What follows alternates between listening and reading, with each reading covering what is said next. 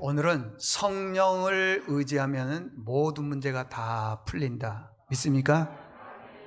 그 말씀 가지고 여러분 제가 설교할 때 여러분들 은혜 받고 여러분 안에 묶여 있는 것들이 다 풀려지는 은혜가 있기를 바랍니다. 자, 사도행전을 쓴 사람이 누구냐 그러면은 누가예요. 누가는 누가복음을 썼지만은 사도행전도 썼는데 이 누가의 직업이 뭐냐 하면은 의사예요. 이 사도행전을 쭉 읽어보게 되면은 상당히 꼼꼼하고 자세하고 잘 정리가 됐다, 이런 걸 느낄 때가 있습니다. 그래, 의사니까 얼마나 똑똑하겠습니까? 잘 정리를 했겠죠. 그러면은 누가복음하고 사도행전이 어떻게 다르냐 하면은 누가복음은 예수님께서 이 땅에 오셔서 쭉 복음을 전하시고 십자가에서 죽으시고 부활하시고 승천하신 것까지 기록된 게 누가복음이에요. 이해가시면 아멘.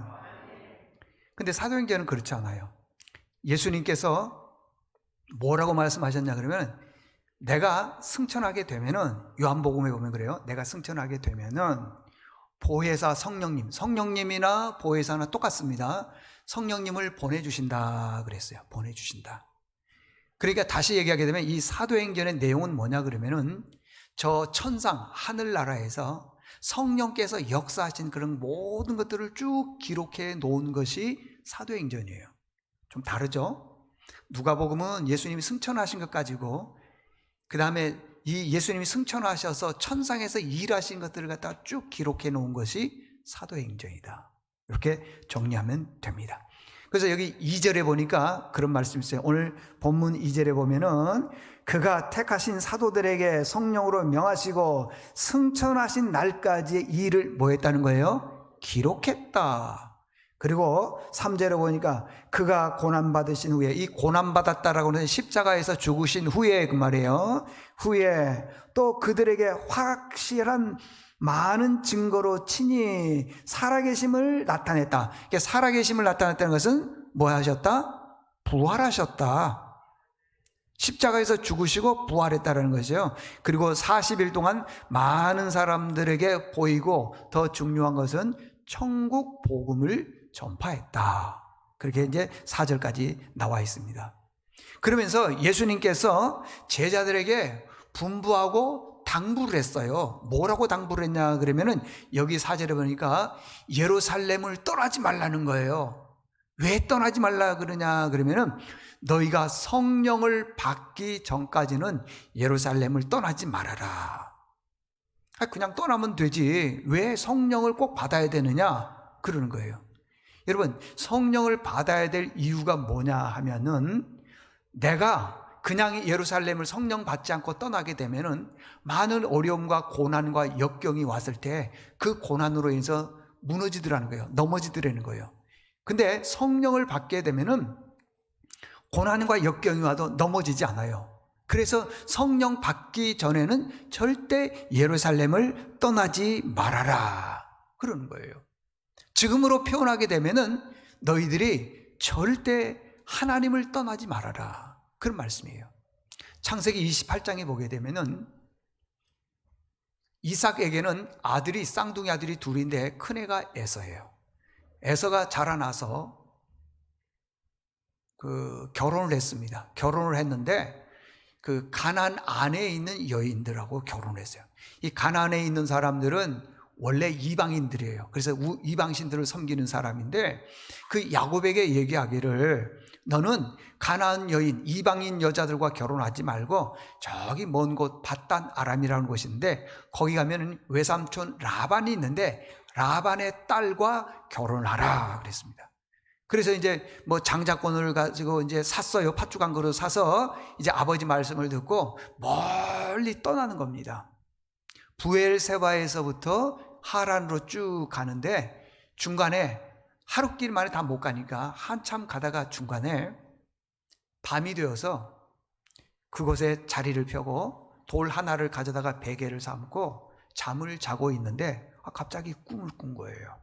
그랬더니 사닥다리가 땅에서부터 하늘까지 이렇게 쭉 닿더니만은 거기에 천사들이 오르락 내리락 왔다 갔다 하더라는 것입니다.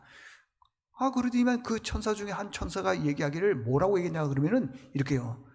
나는 여호와이니 아브라함의 하나님이요 이삭의 하나님이라. 네가 눕는 이 땅, 즉 누워있는 이 땅을 너와 더 중요한 것은 네 자손에게 대대로 허락할 것이다. 지금 결혼을 하려고 하란으로 떠나고 있는데 결혼도 하지도 않았는데 하나님께서 그 꿈에 말씀하시기를 네 자손이 동서남북으로 퍼져나갈 것이다. 많아질 것이다. 그러면서 하시는 말씀이 네가 밟고 있는 이 땅뿐만 아니라 자녀들도 많이 주고 더 중요한 것은 너를 축복하는 그런 사람들에게 내가 복도 주고 너는 복의 근원이 복이 될 것이다. 이런 꿈을 꿨다 이 말이에요. 그래서 자고 일어나니까 그 꿈이 너무 귀한 거예요. 그래서 그 베개를 외웠던 그 돌을 담아서 거기서 제사를 드렸다. 단을 쌓았다. 그런데 하나님께서 야곱에게 결혼도 하는데 자녀들을 많이 주겠다. 땅도 내 땅도 아닌데 땅을 주겠다. 이런 여러 가지 복을 주시는 이유가 있는데 조건이 있더라는 거예요. 조건. 무슨 조건이야? 너는 나를 떠나서는 안 된다는 거예요. 떠나서는 안 되는 거예요. 여러분 우리가 신앙생활 할 때 어떤 상황이든지 하나님을 떠나면 안 될 줄로 믿습니다. 그러면서 창세기 28장 15절에 보니까 내가 너와 함께 있어. 네가 어디로 가든지 하나님께서 너를 지켜주신다는 거예요.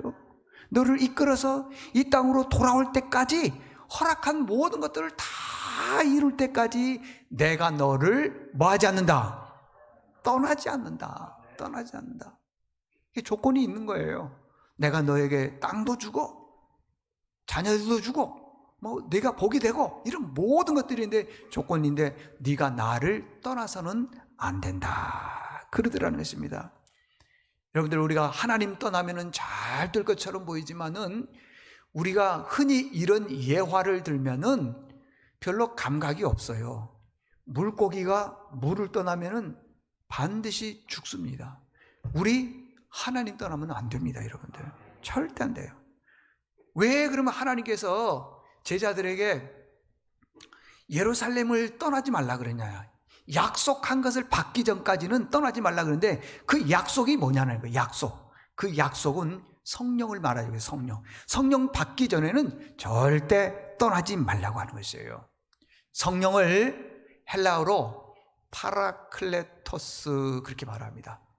파라클레토스의 뜻이 뭐냐 그러면은 옆에서 어떻게 해주신다? 도와주신다. 그게 성령께서요 우리 가까이서 우리를 도와주셔요. 그리고 우리를 후원해줘요. 자꾸만 이렇게 후원해주는 거예요. 성령님이 하시는 일이 뭐냐? 우리 안에서 우리를 자꾸만 도와주시는 것이에요. 힘을 주는 거예요, 여러분들. 성령이 하시는 일이 뭐냐? 다시 얘기합니다. 성령께서 우리의 약할 때 우리를 모아주신다? 도와주신다는 것입니다. 여러분 우리가 험한 세상에 살아나가면서요 성령님의 도움 없이는요 자꾸만 넘어져요. 자꾸만 시험에 듭니다. 근데 성령님께서 우리를 도와주시면요 그 넘어짐에서도 일어날 수 있고요 시험에서도 일어날 수 있고요 어떤 상황에서도 일어날 수가 있다고 하는 것입니다. 우리 주님 떠나면 안 됩니다. 근데 우리가요 꼭 이 세상에 세상적인 것들로 인해서 주님을 자꾸만 떠나려고 하는 게 있어요. 잘 들어보십시오. 돈을 사랑하는 것, 지나치게 사랑하는 건 좋은 게 아닙니다. 왜? 그 돈이 하나님을 떠나게 하는 도구가 될 수 있기 때문에 그러더라는 것입니다. 히브리서 13장 5절에 보게 되면은 돈을 사랑하지 말고 있는 바를 족한 줄로 알라. 내가 결코 너를 떠나지 아니하고 버리지 아니하리라. 우리 돈 때문에요 주님 떠나는 경우가 많습니다. 돈 벌 일이 있으면 교회 안 와버려요. 돈 그러면은요 그게 우리 인생의 1순위가 돼가지고는 신앙생활, 믿음생활, 예배생활을 안 하는 경우도 있더라는 것입니다. 여러분들 왜 디모데전서 6장 10절에서 돈을 사랑함이 일만하게 뿌리라 그렇게 말하겠어요. 여러분 돈은 좋은 겁니다. 돈은 꼭 필요한 겁니다. 돈이 얼마나 귀한 줄 아세요? 얼마나 중요하고 좋은 건 줄 아세요? 돈이 안 좋습니까? 별로예요? 그럼 가져와. 나한테 가져와. 돈 좋은 거예요, 여러분들. 여러분, 돈이 일을 합니다. 돈이요, 사람을 살리는 거예요. 구제도 하고요, 섬기기도 하고, 나누기도 하고요, 하나님 나라를 보여주기도 하고요, 약한 자를 돕기도 하고. 돈 꼭 필요합니다, 여러분. 돈 없이 할 수 있다고요? 뭘 할 수 있습니까? 돈 없이는요, 거의 못합니다. 돈 꼭 필요해요. 근데 왜 돈을 사랑함이 일만 악의 뿌리라 그러냐 말이에요. 왜 그렇습니까? 돈은 좋은 건데 돈을 쫓아가다 보면은 믿음을 잃어버리기 때문에 그래요. 그래서 결국에는요, 그 돈이 근심으로 내게 다가오면 이게 큰일 나는 거예요. 근심이 되다 보면은 그게 결국에는 마음을 찌르더라는 겁니다, 여러분들. 그 다음 말씀에 보니까요, 이건 돈입니다. 돈을 탐내는 자들은 미혹을 받아서 믿음에서 떠나. 돈 때문에 믿음 떠난 사람들 많습니다. 코로나 때문이라고요? 아니에요, 여러분. 절대 그렇지 않습니다. 그 마음 속에는 돈이 있었기 때문에 믿음에서 떠나 많은 것으로서 자기를 찔렀도다. 실질적으로 그런 사건이 있었잖아요, 며칠 전에. 오스템 임플란트인가? 한 직원이 말이요, 회사의 보유 재정인가요? 그걸 92%를 한 사람이 다 그냥 쥐었잖아요. 2120억인가요? 이 사람이요, 돈을 벌기 위해서, 연봉도 많답니다. 그런데 돈이요, 이게 근심이 되니까 주식을 한 거예요. 주식의 손해를 보니까, 가만히 얘기를 들어보니까, 삼성전자의 이건희 부회장이 어느 회사를 인수해서 합병을 해가지고 키우려고 그런다. 그런 얘기를 들은 거예요. 그래, 자기가 돈이 없으니까요, 회사 돈을, 자기가 재정을 받나 보죠? 싹 몰래 꾸며가지고 돈을 이렇게 빼내는 거예요. 그래서 780억, 어마어마한 돈을 해가지고 주식을 했는데, 그 뉴스가요, 가짜예요. 그 인수 합병이야 그런 거 아니에요. 근데 가짜 뉴스를 가지고 그렇게 되니까 굉장한 손해를 보지 않습니까? 그러다 보니까 이거 재무에 돈을 썼는데도 문제가 없네 해가지고요, 그 돈을 많이 빼내는데 그거 가지고는 이제 뭘 하냐, 금을 사는 거예요. 금. 그래서 금을 사가지고, 그 많은 금들을 사가지고요, 자기 집에, 아버지 집에, 누님 집에 다 숨겨놨잖아요. 나중에는 그걸 경찰이 다 찾았지만 벌써 보세요, 아버지가 그 사건으로 인해서 자살하잖아요, 여러분. 찌르잖아요. 여러분, 돈은 좋은 겁니다. 그런데 그 돈을 잘못 사용하거나 잘못 벌게 되면은 자기를 찌른다니까요. 그래서 결국에는 그 젊은 친구가 지금 감옥에 있잖아요. 한 회사를 휘청거리게 만들고, 아버지를 세상 떠나게 만들고, 누님을 문제 생기게 만들고, 온 집안이 풍비박산이 나는 거예요. 돈은 좋은 거지만은 그 돈의 원래 목적대로요, 돈 하나 보면은 믿음에서 떠나면은 이런 일들이 벌어지는 거예요. 그래서요, 하나님은 절대로 믿음이 있는 사람들에게 복을 주시지, 믿음 없는 사람에게 복을 주면 이런 문제가 생기니까 안 준다는 거예요, 여러분들. 요한복음 15장 5절에 보니까 너희가 나를 떠나서는 아무것도 할 수 없다 그러냐. 우리 주님 떠나면 아무것도 안 됩니다, 여러분들. 이제서는 안 돼요, 여러분들. 예수 믿는 사람은요, 하나님 떠나면은 잠깐은 성공할 수 있습니다. 근데 안 돼. 왜 안 되느냐? 하나님이 그를 사랑하기 때문에 안 되게 만드는 거예요. 근데 우리는 그런 게 어디 있냐고, 나는 하면 다 할 수 있다고 그러고 못하는 게 없다고 그러고 그러지만은요, 처음에는 잘 될 수 있으면 끝은 안 되는 거예요. 증명해 드릴까요? 전도서 7장 13절에 보니까 하나님이 하시는 일이 있대요. 어떤 일을 하냐면 우리 사랑하는 믿음의 사람들 복도 주고 문도 열고 자녀가 잘 돼, 그런 것도 할 수 있지만은요, 하나님의 하시는 일을 보라. 그러고 난 다음에 여호와께서 굽게 싹 구부려 버리는 거야. 그러면은 곧게 펼 사람이 누가 있냐? 아무도 없다는 거예요. 우리 주변에 보면은요, 그렇게 잘 나가던 사람이 건강 때문에 주저앉는 경우가 허다합니다. 태반입니다. 특별히 운동하는 사람들, 축구, 우리 교회도 우리 학생이 이제 축구 잘하는 학생이 있는데, 진짜예요. 아무리 천하는 일이 잘해도요, 생각지 않게 하나 딱 문제 생겨버리면은 스톱. 초등학교, 중학교, 고등학교, 대학교 뭐 그렇게 평생 동안 쌓았던 게 일순간에 무너져 버린 경우가 많이 있어요. 있습니다, 여러분들. 그게 남의 일이니까 별로 관심이 없어. 근데 내일 딱 되면은요, 천하억장이 무너지죠. 믿음이라는 게 그런 겁니다, 여러분들. 다시 얘기합니다. 예수님께서 이제 승천하시기 전에 말씀하시기를 뭐라고 했냐 그러면은, 너희가 성령을 받기 전에는 예루살렘을 떠나지 말라 그랬어요. 그러면 왜 성령을 받아야 되느냐? 왜 성령 받아야 되느냐? 성령을 받지 않으면은, 받지 않고 세상으로 나가게 되면은 넘어지고 작은 시험에 고난에서 그냥 떨어져 나가기 때문에 그렇다는 것입니다. 근데 성령 받으면은요, 절대 그렇지 않습니다. 힘이 생기고요, 능력이 생기고 그러는 것입니다. 여기 5절에 보게 되면 그런 말씀이 있습니다. 요한은 물로 세례를 베풀었지만은 너희들은 몇 날이 못 되어서 성령으로 세례를 받을 것이다 그렇습니다. 그러면 이제 물 세례가 있고 성령 세례가 있는데, 보세요. 물 세례는 뭐냐 그러면은 제가 여러분들에게 물로 베푸는 걸 말하는 것이요. 물 세례는 물이니까 외형적이에요. 외형, 보이는 거예요. 외적인 거예요. 그리고 물은 씻는 의미가 있잖아요. 그건 외적인 것을 말하는데, 이 성령 세례는 매우 어려워. 근데요, 어렵지 않아요. 쉬워요. 아주 쉽습니다. 그러면 성령 세례가 뭐냐 그 말이에요. 성령 세례가 한마디로 딱 이것이다 말하기는 어려운데요, 뭔가 말씀을 들으면은요, 그 말씀이 내가 이해가 가는 거예요. 그리고 믿어지는 거예요. 그리고 그 믿어진 그 말씀 속에서 내가 세상에 살면서 어떤 어려움과 고난이 역경이 왔을 때 하나님을 막 원망하고 불평하는 것이 아니라 그 고난 중에도 감사를 찾는 거예요. 그게 뭐냐 그러면은 성령 세례인 거예요. 이게 물 세례는 그냥 보이니까 그냥 이 물 세례니까 이게 물 세례인가 보다 그러는데, 성령 세례는 그런 게 아니고, 내가 어떠한 고난이 왔을 때에도 그 고난을 이겨내고 거기에서 감사를 찾는 걸, 그걸 내가 성령 세례를 받았다 그런 거예요.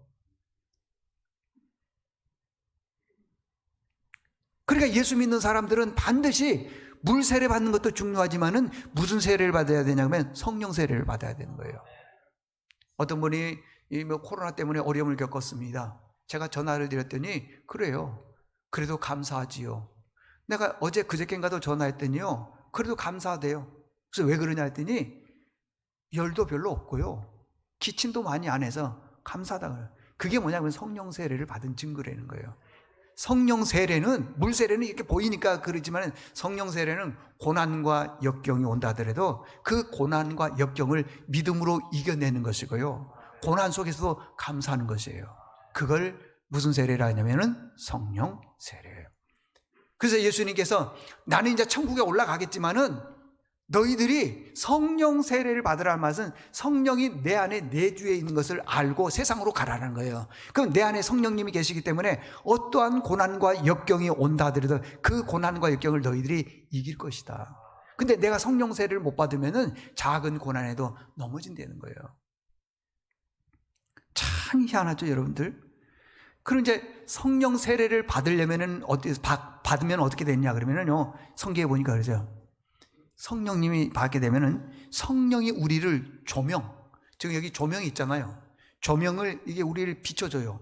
비춰주면은 우리가 밝게 보여요, 안 보여요? 밝게 보일 거 아니겠습니까? 그죠? 조명해 주니까, 비춰주니까, 조명해 주니까 그러더라고요. 성령이 조명하는 사람은요, 많이 안 배워도요, 말하는 거 보면 상당히 지식이 있는 말을 해요. 상당히요, 사람을 설득한 말을 해요. 아주 똑똑한 말을 하는 거예요. 왜? 그건 지식과 상관이 없거든요. 성령님께서 하시는 말씀이 있기 때문에 그러더라는 것입니다. 그래서요, 성령님께서 조명해 주시면은 해야 될 말과 하지 말아야 될 일을 이렇게 구분을 하고요, 참 똑똑해 보여요. 지적이, 또 권위가 있어 보여요. 아유, 어떤 분들은 말하는 거 보면요, 너무 자기 생각으로 말하는 사람이 있어요. 어떤 때는 속이 상해. 그냥 이거 이렇게 해야지, 저거 저렇게 해야지. 아우, 정말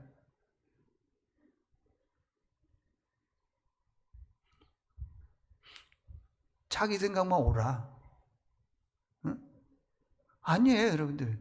말을 할 때 보면은요, 저분이 지금 성령의 세례를 받고 말한 사람이다, 아니다, 다 보면 아는 거예요. 말도 권위가 있어요, 성령 세례 받은 사람은. 근데 그렇지 않는 사람은요, 그냥 말을 너무 자기 기분대로 하는 그런 경우가 있더라는 것입니다. 그리고요, 성령 세례를 받은 사람들은 늘 활기차요, 활기차. 현대인들은요, 다 무기력증에 빠져되는 것입니다. 무기력증. 참, 너무 마음이 아픕니다. 어떤 사람은 몸이요, 천근만근이에요. 아무것도 하기 싫습니다. 의욕이 없어요. 무기력합니다. 늘 피곤해요. 만성 피로라 그러지 않습니까? 집중력이 안 되는 것이에요. 잠을 못 자는 것입니다. 그리고 자꾸만 두통이 있는 거예요. 왜 그러느냐? 만성 피로에 의해서 현대인들은 무기력증에 빠져 있기 때문에 그래요. 그런데요, 그런 사람들에게도요, 성령께서 쑥 들어가시면요, 활기차요. 힘이 생겨요. 우리 교인들 중에도 보면요, 1부 예배 드리고, 지금 또 여기 계신 분들 있어요. 2부 예배 드리신 분도 있고. 어떤 분들은요, 예배 한번 드리기도 힘들어가지고 늦게 들어오신 분도 있고 그래요. 일부러. 활기찬 거예요, 활기차. 여러분, 그래서 우리가요, 성령 세례를 받아야 되는 거예요. 성령 세례라고 하는 것은 막 기도를 뜨겁게 하고 찬송을 크게 하고 막 할렐루야, 이게 성령 세례가 아니에요, 여러분들. 그게 성령 세례가 아니고, 성령 세례를 받은 사람들은 말을 하는 걸 보면 알아요. 상대방 기분 나쁘게 말 안 합니다. 저 사람이 잘못했다 그러더라도요, 막 말다툼하고 싸우고 그러지를 않더라는 것입니다. 요한복음 16장에 보게 되면요, 성령님이 오셔서 하시는 일이 있는데 보니까 요한복음 16장 7절에 보니까 이런 말씀을, 내가 떠나가는 거예요. 예수님께서 떠나간다는 것이 무슨 말이냐 그러면은 천국에 올라가는 것이 너희들에게 유익이다 그랬어요. 천국에 올라가는 것이. 그 다음 말씀에 보니까 내가 떠나가지 아니하면은 보혜사 성령님이 너희에게 오시지 아니할 거다. 안 온다는 것이죠. 그런데 내가 올라가면, 천국에 가게 되면은 내가 그를 너희에게 보낸다. 성령님을 보낸다는 것입니다. 그래서 성령님이 오셔가지고 뭐라 하냐 그러면요, 죄에 대해서, 의에 대해서, 심판에 대해서, 세상에 대해서 책망을 한다는 것입니다. 간단해요. 예수님께서 이 땅에 3년 동안 공생에 계셨을 때 십자가에서 죽으시고 부활하셨습니다. 근데 계속 있으면 좋을 것처럼 보이지만 아니라는 거예요. 올라가시고 대신 예수님 대신 누구를 보내주시냐? 성령님을 보내주시는 것이죠. 그래서 내 안에요, 다 성령님이 계시는 것이에요. 내 안에. 내 안에 성령님이 계시니까 우리에게는 유익이 되는 거죠. 그렇지 않습니까? 성령님이 오셔서 하시는 일이 뭐냐 그러면 죄에 대해서, 의에 대해서, 죄는 잘못한 것이고 의는 옳은 거에 대해서 그걸 심판하는 것이고, 또 어떤 때는 책망한다는 것이에요. 여러분들 잘 보십시오. 성령 세례를 받은 사람들은요, 내가 누구에게 말을 그냥 함부로 했어요, 내가 잘못됐어요, 그걸요 다 알아요. 그리고 깨닫게 되고요, 잘못됐다고 회개하게 되고요, 미안하다 그렇게 말하는 것이에요. 요한복음 14장 26절에 보니까 보혜사 곧 아버지께서 내 이름으로 보내실 성령, 그가 너에게 모든 것을 가르쳐준다. 너 이거 잘못했잖아 그러잖아요. 내가 너에게 말한 모든 것을 생각나게 할 것이다. 생각나게 한다는 것은 여기 비춰준다는 거예요. 조명, 보이게 해준다는 것입니다. 여러분, 죄를 씻을 수 있는 것을 의라 그럽니다. 의라는 것은 디아코니아 그렇게 얘기를 하는데, 이것은 관계를 회복한다 그랬어요. 자, 원래 하나님하고 우리와의 관계가 어떤 관계라고 그랬습니까? 원수의 관계라고 그랬죠. 여러분, 하나님하고 우리와의 관계는 원수의 관계예요. 왜 원수의 관계냐면 우리가 하나님 믿지 않고 죄를 지었고 우상을 섬겼기 때문에 원수라 그래요. 근데 이 원수의 관계를 예수님께서 오셔서 내 죄를 대신해서 십자가에서 죽으심으로 둘을 하나로 화목하게 하셨다 그랬어요. 그게 십자가예요, 십자가. 그래서 십자가의 의가 디아코니아, 관계를, 예수님께서 죽으심으로 하나님과 우리의 관계를 어떻게 했냐? 회복시켜줬다는 거예요. 회복. 다른 게 아닙니다. 그걸 말해주고 있다는 것이에요. 그래서 성령이 우리 안에 빛을 비춰주시면은 내가 이런 걸 잘못했구나, 내가 조금 이해하지 못했구나, 내가 조금 양보했어야 돼. 그러지 못했구나. 내가 말함으로 인해서 상대방을 아프게 했구나. 이런 게 다 비춰지는 게 보이는 거예요. 그래서 성령의 조명하심이 있더라 그 말이에요. 그러니까요, 성령 받은 사람과 안 받은 사람은 차이점이 뭐냐 그러면요, 죽기 살기로 자기 주장만 강하게 말하는 거예요. 자기만 옳은 거예요. 그게 뭐냐? 성령 안 받은 사람이에요. 세례 못 받은 사람이에요. 근데 성령 세례 받은 사람은 그렇지 않습니다. 비춰주니까, 아, 내가 저 사람 상처 주는 말을 했구나. 내가 잘못했구나. 비춰주니까 알잖아요. 그래서 성령의 조명함심이 있다. 이게 중요한 것이고, 마지막 두 번째는, 자, 성령님이 하시는 일이 뭐냐 그러면 우리를 비춰주는 것, 조명해 주는 것도 있지만은 우리가 힘들고 어려울 때 자꾸만 새 힘을 공급해 주시는 것이에요. 제가 어제 오후에 신방을 갔습니다. 아우, 그 집에 갔더니요, 얼마나 음식을 이 코로나 기간 동안에 준비를 많이 했는지. 배가 고픈데 그 음식을 먹고 나니까 힘이 생기는 거예요. 그렇죠? 힘이 생기는 거예요. 또 근데 그게 어느 정도 시간이 지나면 또 다시 배가 고파요, 안 고파요? 고프죠. 그래서 이제 늦은 시간에 집에 갔더니 우리 교회 어떤 권사님이 김밥을, 또 그걸 먹으니까 또 힘이 또 생기네. 여러분들, 그거예요. 성령님은 우리가 약하고 힘들고 이게 지쳐 있을 때 와서 힘을 공급해 주는 거예요. 힘. 음식이 되어 주신다 그 말이에요. 공급해 주시는 것입니다. 성령 세례를 받은 사람은요, 어떤 고난이 와도요 넘어지지 않고, 성령 세례를 받은 사람은요 작은 이익 앞에 주일 성수 안 하고 그러지 않습니다. 조금 손해를 보더라도 주일 성수 하는 거예요. 예배 드리는 겁니다. 그게 성령 세례를 받은 사람이에요. 근데 성령 세례를 안 받은 사람은 형식적이기 때문에 눈앞에 보이는 것 있죠? 그것만 쫓아가는 거예요. 그것만 해보십시오. 아까 얘기했죠. 전도서 7장 13절은요 여러분들 집에다가 딱 붙여놔요. 하나님이 행하시는 일을 보라. 하나님께서 우리를 살짝 구부러 놓으면 곱게 펼 사람이 없다. 요거 하나만 깨달아도요 내가 하는 사업이 잘 될 수 있어요. 근데 이거 없이 내 열심만 가지고 하려고 그러는 거예요. 세상 사람들 중에 열심 가지고 했는데 되는 사람 있는 거 봐요. 안 되는 사람 안 됩니다, 여러분들. 근데 아무리 이런 설교를 해도요 내 고집이 너무 세기 때문에 자기 생각으로서 이게 사업을 하려고 그러니까 쉽지가 않더라는 겁니다. 잊어서는 안 됩니다. 지난 주일날, 그 지난주 2주 동안 우리가 특별 새벽 기도회를 했습니다. 정말 많은 분들이 나와서 함께 새벽 기도회 기도했어요. 제목이 뭐냐? 너희 자녀를 위해서 울라. 우리는 자식들이 잘 되기만 바라지요. 자식들을 위해서 기도하거나 함께 나와서 울면서 부르지는 안 해. 왜? 다 세상적인 방법으로 하고 또 그것이 곧 출세일 것처럼 보이는 거예요. 근데 보십시오. 주변에 보면은요, 좋은 학교를 졸업해도 하나님이 안 도와주시니까 안 되는 경우도 있어요.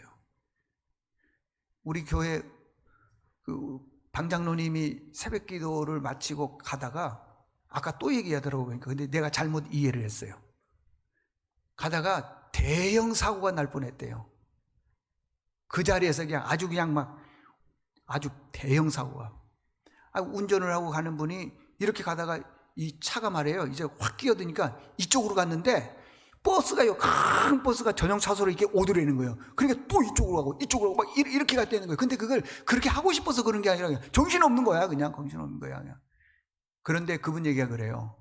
차가 그렇게 많이 지나갔는데 한 대라도 부딪히면 삥삥 돌아서 자기는 이 세상 사람이 아니라는 거예요. 3명이 탔어요. 수원에서 새벽기도. 인생도 마음대로 안 됩니다.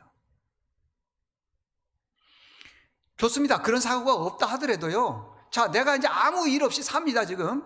60 살고 70 살고 80 살았습니다. 근데 나중에 죽어보니까요, 천국이 없어야 되는데 하나님의 심판이 있거든요. 그때 가서 내가 이렇게 신앙생활에 구원받았겠지. 아니에요, 여러분. 구원의 기준은 내가 아니에요. 하나님이에요, 하나님. 평생 교회 다녀도 구원 못 받은 사람이 있고요. 한평 강도처럼 십자가에서 죽기 직전에 주님을 영접해서 간 사람도 있어요. 있습니다. 아무리 내가 구원받은 사람처럼 신앙생활한 것처럼 보지만 거기에서요, 기준은 하나님이셔요. 하나님. 지난 주간에 제가 설교 말씀드렸죠. 결혼해서 젊었을 때 열심히 신앙생활했던 그분이 교회 일에 작은 일에 시험 들어가지고 74세에 세상 떠났는데 그때까지 결국에는 예수 안 믿고 죽었다는 거 아니겠어요? 부인은 권사님이에요. 열심히 있는 사람이에요. 성령 세례를 받은 사람은요, 고난에서도 일어나는 겁니다. 고난에서도요, 다시 일어나는 힘을 갖고 있는 거예요. 성령 세례를 받는 사람들. 여러분들 앞으로는요, 이렇게 점검하십시오. 내가 신앙생활 하다가 목사님으로부터 시험 들었거나 권사님으로부터 시험 들었거나 교회 장로님으로부터 구역장님으로 시험 들었거나 시험 들었는데 교회 가기 싫다 그러면 성령 세례 안 받은 사람이에요. 성령 세례 받아야 돼요. 성령 세례는 물로 세례를 받는 거죠. 그런 게 아니라 예수님을 만나야 된다는 거죠. 그러면은 시험과 고난과 역경이 와도 절대 넘어지지 않습니다, 여러분. 다시 얘기하지만은요, 우리가 성령 세례를 받았는지 안 받았는지 아는 기준이 뭐냐 그러면요, 하나님 말씀이 지금 설교한 내용들이 믿어지는 거예요. 고난이 와도요, 거기에 감사를 찾는 거예요. 여러분 보십시오. 바울과 실라가 복음 전하다가 빌립보 감옥에 갇혔어요. 매를 많이 맞았어요. 막 피투성이가 된 거예요. 그러면은 보통 사람들 같은 거 어떻게 했어요? 하나님, 내가 내 사업하고 돈 벌려다가 내가 이랬습니까? 복음 전하다가 이런 일들이 왜 일이 생깁니까? 그래서 원망하고 불평할 거 아니겠습니까?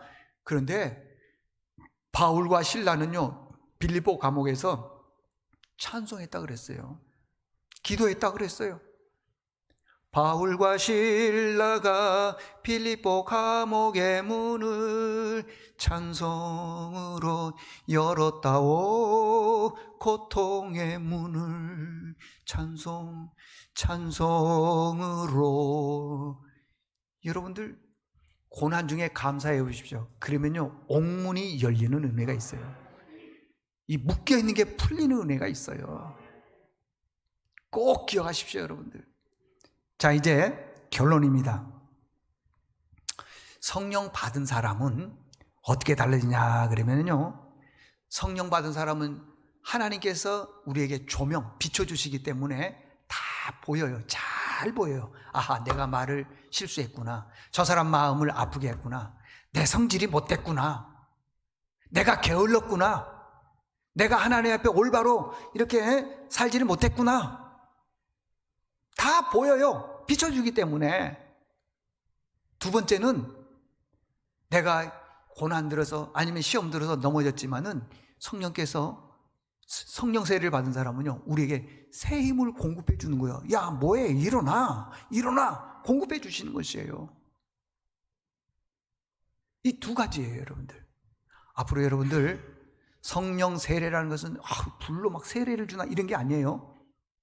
말씀이 믿어지고 말을 할 때 유익한 말을 하게 되고 조명해 주니까 내가 잘못된 걸 깨닫게 되는 것이고, 그 다음에 힘들고 어려울 때마다 자꾸만 새 힘을 우리에게 공급해 주신다는 것이에요. 이 말씀으로 2022년 새해 살아갈 때 여러분들의 삶 속에 혹시 묶여있는 옥문이 있다면 풀려지는 역사가 있기를 주의 이름으로 축원합니다. 하나님 아버지 감사합니다. 오늘은 사도행전을 통해서 성령을 의지하면 문제가 풀린다는 것을 깨달았습니다. 앞으로 우리의 일생의 삶 속에 내가 할 수 있는 일들이 있지만은 그러나 성령을 의지해서 성령님의 도움으로 문제를 풀어나가는 저희들 되게 도와주시옵소서. 오늘도 성령의 비둘기가 임하는 은혜가 있게 도와주실 줄로 믿사옵고 예수님의 이름으로 기도드리옵나이다. 아멘.